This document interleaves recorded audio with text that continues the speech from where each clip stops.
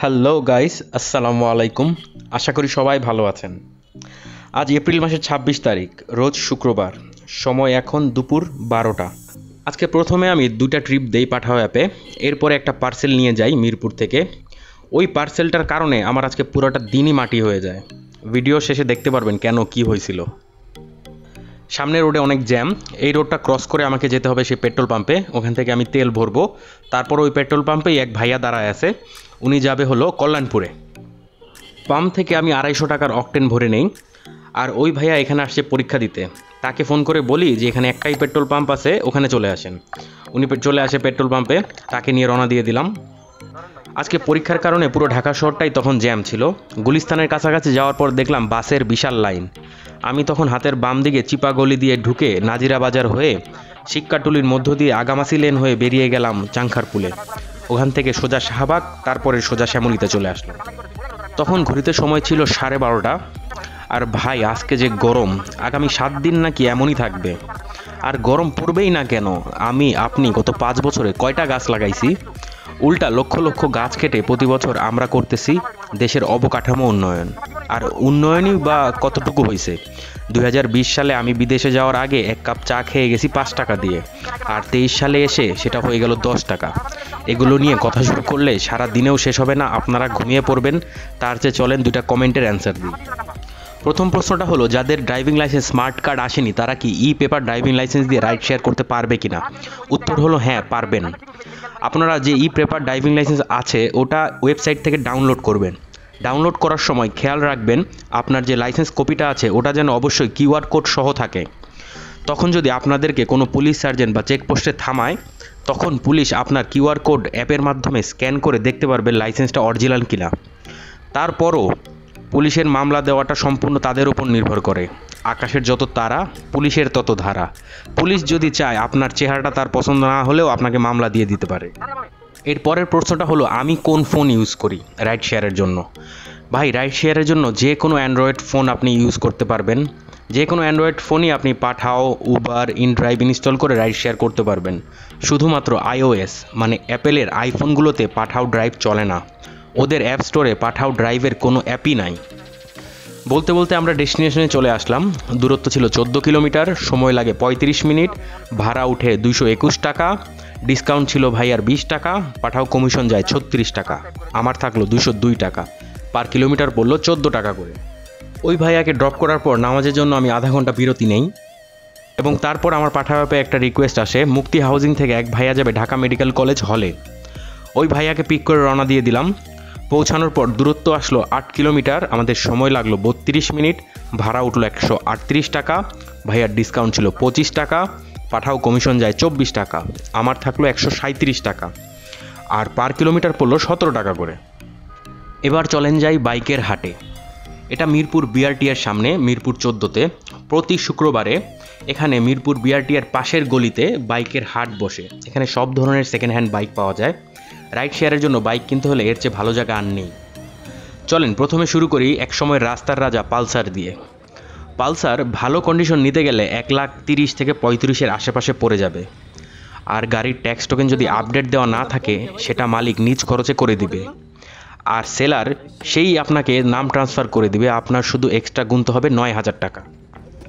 এখানে প্রত্যেকটা বাইকের সামনে একটা করে স্টিকার লাগানো আছে। ওই স্টিকারে বাইকের মডেল, সিসি, ম্যানুফ্যাকচারিং ইয়ার এবং দাম সব কিছু লেখা আছে। এখানে যে দাম লেখা আছে তার চেয়ে অ্যাটলিস্ট 10 থেকে 15,000 টাকা কম বলতে হবে, কারণ আমার সামনে একটা টিভিএস স্ট্রাইকার 80,000 টাকা লেখা ছিল, ওটা 72,000-এ বিক্রি হয়ে যায়। হিরো হাঙ্ক নিতে গেলে আপনার পড়বে 90 থেকে 95,000-এর মতো, কিন্তু এগুলোর কন্ডিশন এতটা ভালো না, শুধুমাত্র এই নতুন মডেলেরটা বাদে। এরপর আসে আরটিআর 2V। এটাকে সবাই বলে অ্যাক্সিডেন্টের রাজা।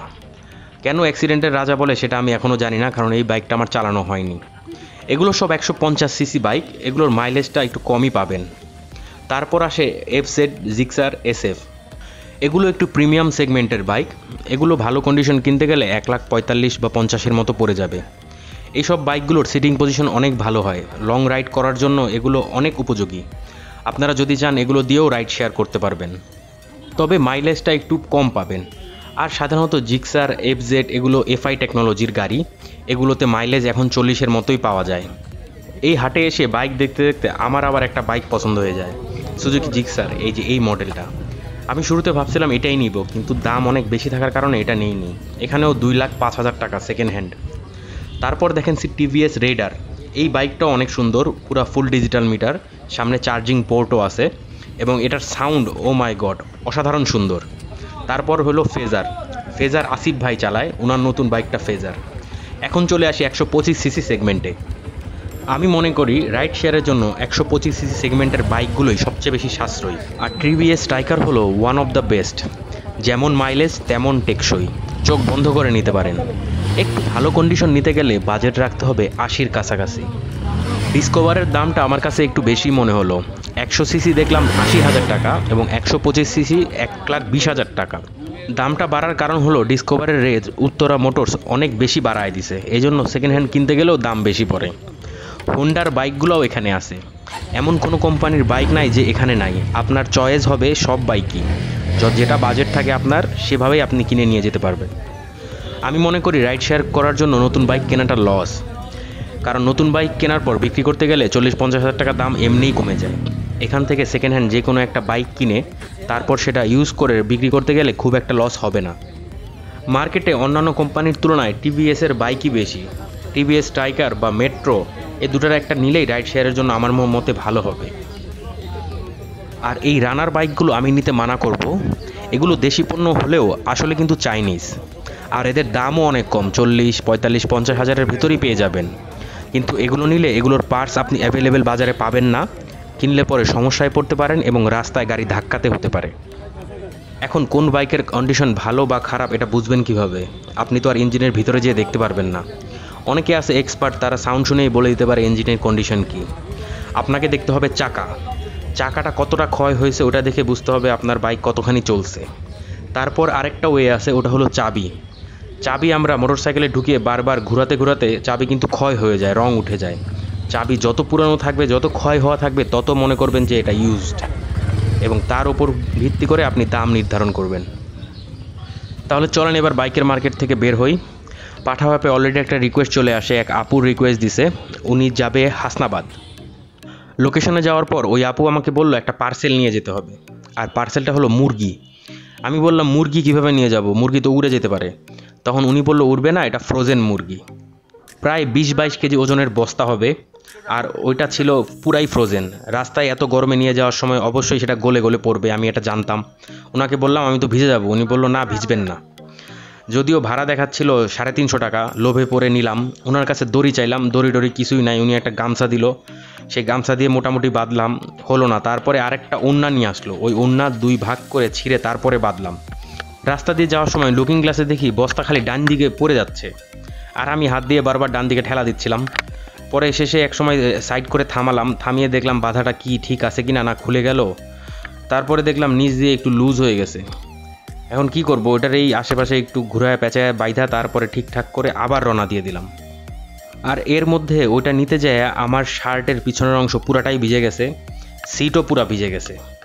আর যেখানে যাইতেছিলাম ওখানকার রোডঘাট এতই যে ভাঙাচুরা, আর পুরা ম্যান হলের পানি দিয়ে ভরা ছিল।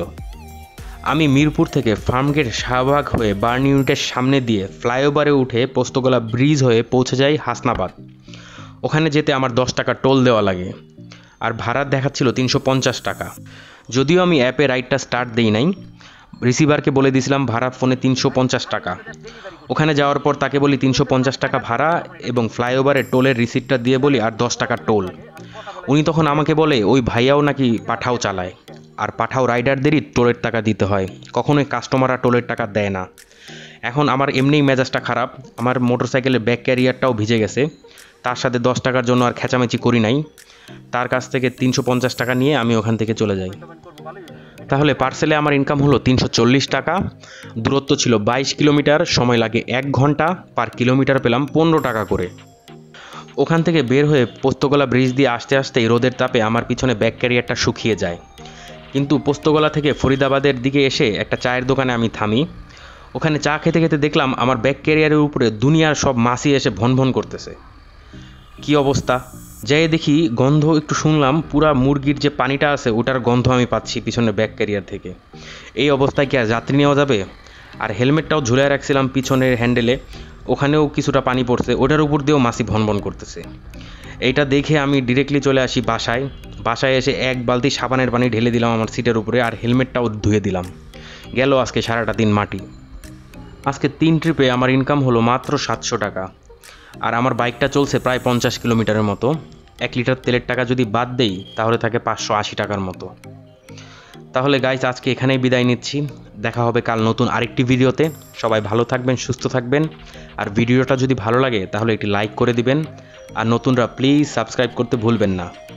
আর আপনাদের যা প্রশ্ন আছে কমেন্টে করবেন, আমি অবশ্যই অ্যান্সার দিব। সবাইকে অসংখ্য ধন্যবাদ।